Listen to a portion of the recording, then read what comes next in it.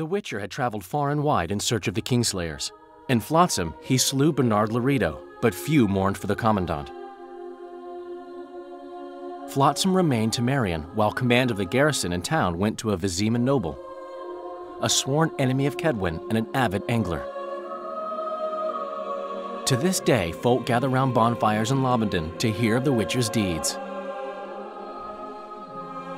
The Witcher witnessed a great Kedweni victory in Edirn.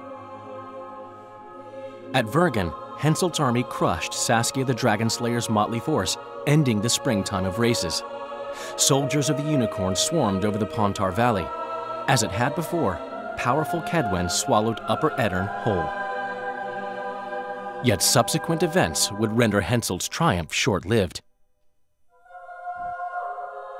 When King Foltest fell at the hands of an assassin, chaos engulfed his realm. Where others saw spoils, Roche saw his motherland bleeding. Vernon made a difficult choice, surrendering Foltest's daughter to Radovid. The Redanian ruler, trump card in hand, turned Temeria into his protectorate and began restoring peace. The kingdom's inhabitants soon learned why Radovid was called the Stern. A tempest descended on the north, at least partly the work of manipulative mages. It seemed the turmoil in Temeria, Edirn, and Kedwen would benefit them most.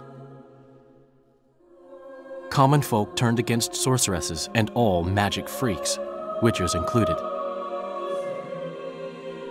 Castles that had hitherto welcomed mavens of the magic arts now shut their gates to any who sought shelter there. A witch hunt ensued.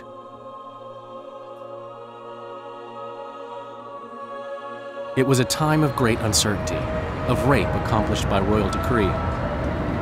Yet as troubled as the days seemed, we who had in some way shaped the world's fate finally received some respite. Zoltan resumed the quest for his beloved's hand, and I laid my head in a lapse of the muses. Who could have known this tempest which had ravaged the north was but a harbinger of darker days, and the preamble to an entirely new tale of Geralt of Rivia?